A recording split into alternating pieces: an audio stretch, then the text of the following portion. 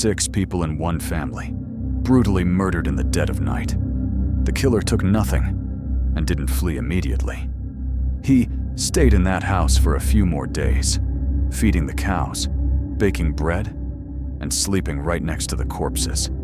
No explanation, no trace, only absolute silence in the chilling Bavarian forest. I am Detective Johnny, a specialist in reopening cold cases.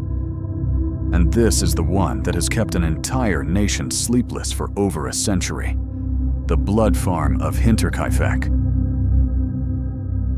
Late March, 1922. Deep within the desolate forest of Hinterkaifeck village, Bavaria, Germany, stood an old wooden farmhouse where the Gruber family lived in isolation amidst the chilling wilderness. This house, usually filled with familiar sounds of daily life, the chopping of firewood, footsteps on wooden floors, the clanging of cowbells in the pasture. But now, all sounds were utterly silent. For several days straight. No one in the vicinity saw any member of the Gruber family emerge from the farm. 7-year-old Cecilia abruptly stopped attending school without explanation. Her teacher called the house, but only heard the phone ringing in vain. The mailman arrived, knocked on the door. No one answered. The morning milk bottles still lay untouched on the doorstep for 3 consecutive days. No one brought them in. No sound. No people. No message. A chilling sense of unease began to spread through the homes surrounding the Hinterkaifeck forest, as if something terrible was waiting to be discovered. April 4th, 1922. After almost a week of no activity from the farm, 3 villagers, including mechanic Lorenz Schlittenbauer, decided to climb over the wooden fence and go in to check. The wooden gate creaked open, like a slow warning. The air inside was thick with the smell of dampness and the stench of blood. They followed the path leading to the livestock shed, and when they lifted the pile of hay, the nightmare officially materialized. Andreas Gruber, 63 years old, his head smashed. Blood soaking the earthen floor. Cecilia, his wife, 72 years old, lay motionless beside him, her face disfigured. Victoria, their daughter, 35 years old, still wrapped in a shawl, as if she had just returned from church. And finally, little Cecilia, only 7 years old, her hair matted with blood, her eyes wide open in the last horror she ever saw.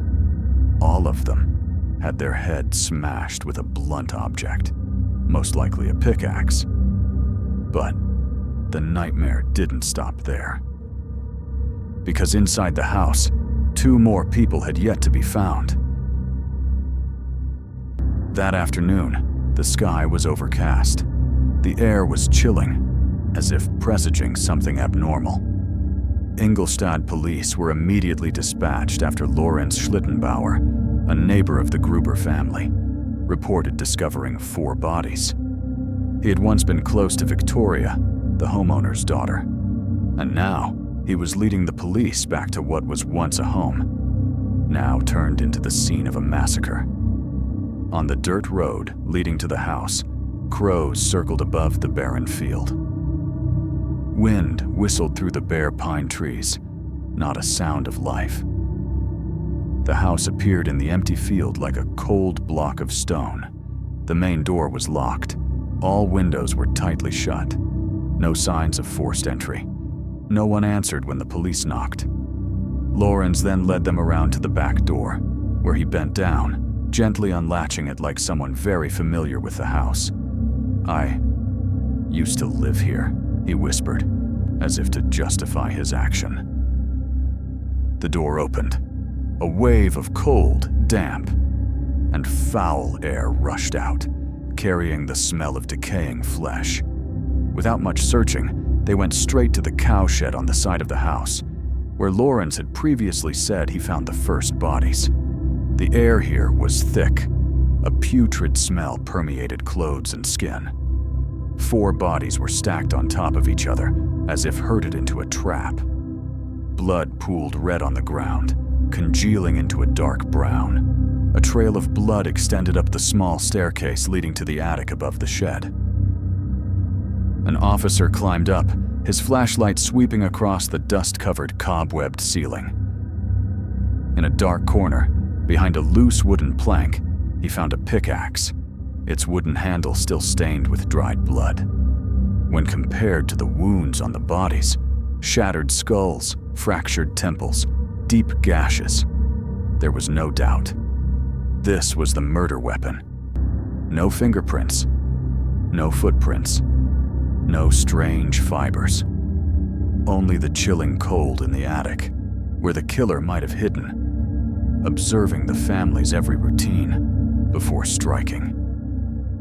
If the doors were locked from the inside, then who locked them after the whole family was dead? A detective whispered. No one answered. They simply felt one thing clearly.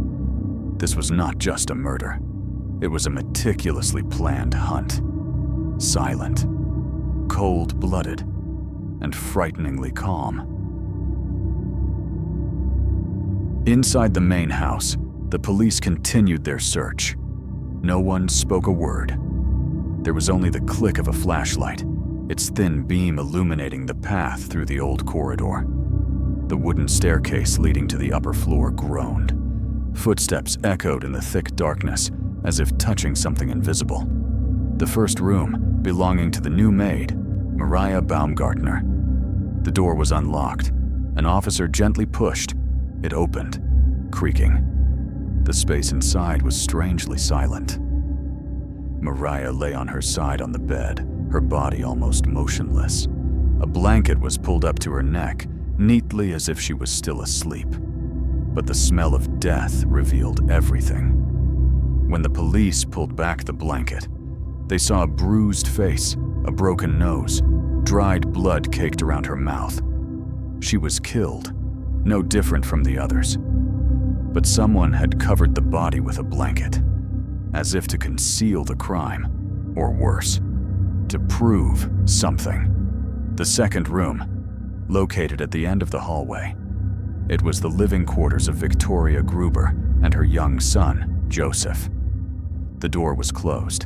An investigator turned the doorknob, locked. Lorenz Schlittenbauer silently stepped forward, pulling a key from his pocket. Victoria's room key, he said softly. The door opened. A tidy room, furniture undisturbed. But in the corner of the room, in a small wooden cradle, lay the body of little Joseph, only 2 years old.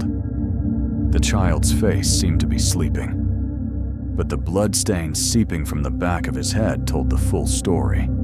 A total of 6 people dead, a family completely wiped out. But what chilled the police and the entire Hinterkaifeck region was not just the crime, but what happened afterward. The killer did not flee. He stayed and lived in that house for several days.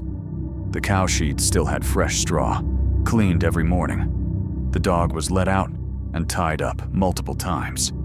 The stove was still warm. The chimney still emitted smoke every morning.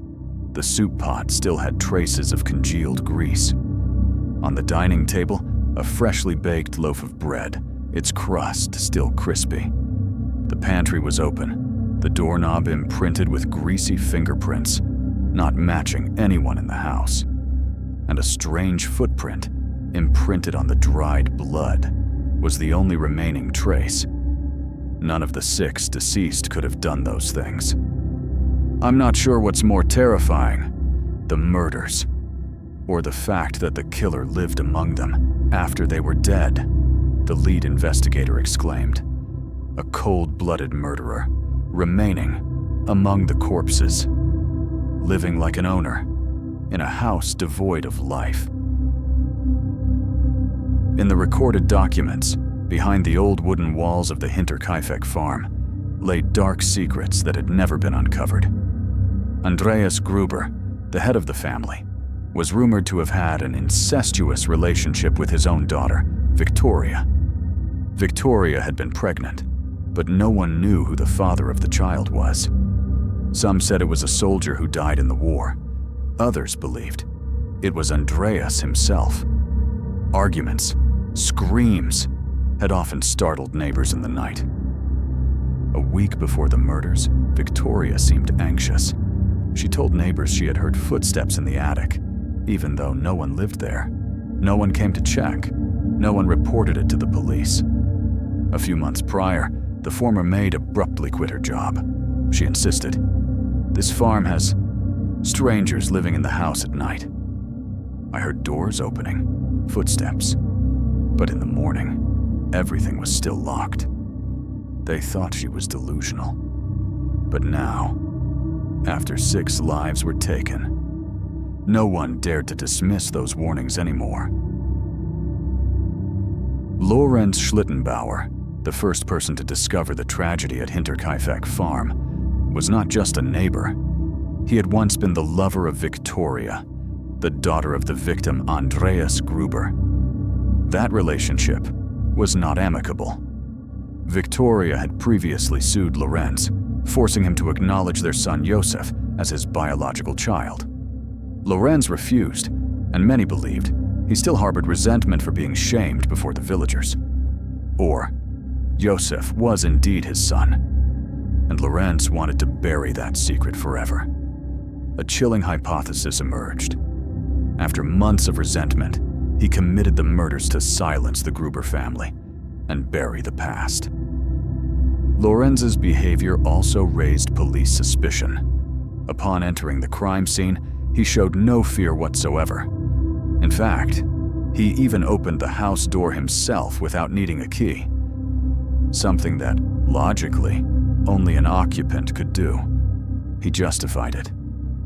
"I used to live here with Victoria. I know how to open it." But that explanation did not erase the chilling feeling. At the Ingolstadt police station, in a small room, a stark yellow light shone directly onto Lorenz Schlittenbauer's face. His shadow stretched long beneath his chin, forming a blurred streak on the old wooden table. He sat opposite 2 investigators, his posture reserved, but his eyes clearly tense. The air in the room was thick with suspicion. The inspectors took turns asking questions, drilling into every detail. What time did he arrive at the scene? Who was with him? Why did he go straight into the house without hesitation, while others were still fearfully standing outside? Lorenz tried to keep his voice calm. He stated that he had once lived there, was familiar with Victoria, the woman who had just been murdered, and knew how to open the door.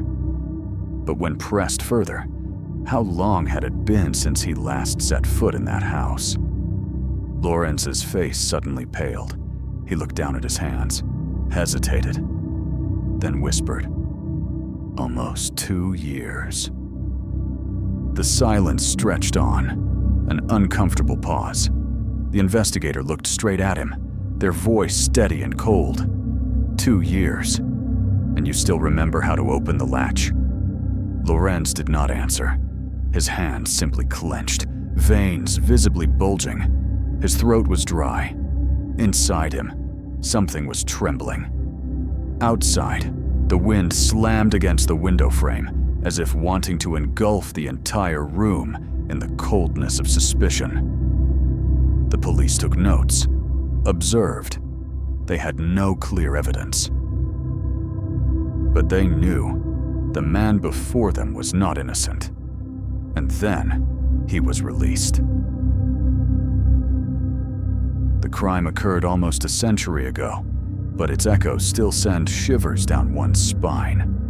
The villagers of Hinterkaifeck whispered to each other in the dark, "That farm is cursed."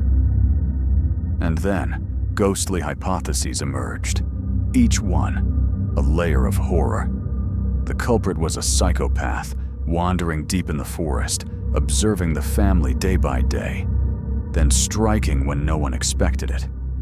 Or perhaps an old soldier who once loved Victoria but was betrayed. He returned, not to profess love, but for revenge. Some also believed someone had been living in that house for a very long time, hiding like a phantom within the walls, walking on the roof, eating food at night, and waiting for the right moment to murder the entire family. Many years later, someone confessed on their deathbed to committing the crime, but then retracted their statement. No one knows why. Perhaps it was a tormented conscience. Or just a dying lie to cast more darkness upon a case already filled with too many obsessions. More than 100 years have passed. The wind still blows through the Bavarian forest, but the Hinterkaifeck farm is no more. Where the blood of 6 people once soaked the ground, now stands only a small stone marker, lying quietly amidst the desolate field. There was no trial, no conviction, no identity for the culprit, only unanswered questions, and 6 cold graves, buried deep with a mystery that will never be fully told. They say, evil needs no reason. Sometimes, it just quietly passes by, then vanishes into the darkness. In my speculation, perhaps the killer was an acquaintance of the family, close enough to enter without suspicion. Perhaps he had been living in that house beforehand, observing, planning, waiting for the exact moment to strike. But one thing I am certain of, the killer did not murder for robbery, but out of obsession, hatred, or sickness. And after the killings, he stayed, not to conceal traces, but to savor absolute control over death. He did not flee. He vanished, as if he had dissolved into that very forest. You have just followed the case file of Hinterkaifeck, one of the most chilling mysteries in German history. I am Johnny. If you also have a passion for the truth, don't forget to follow my next investigation.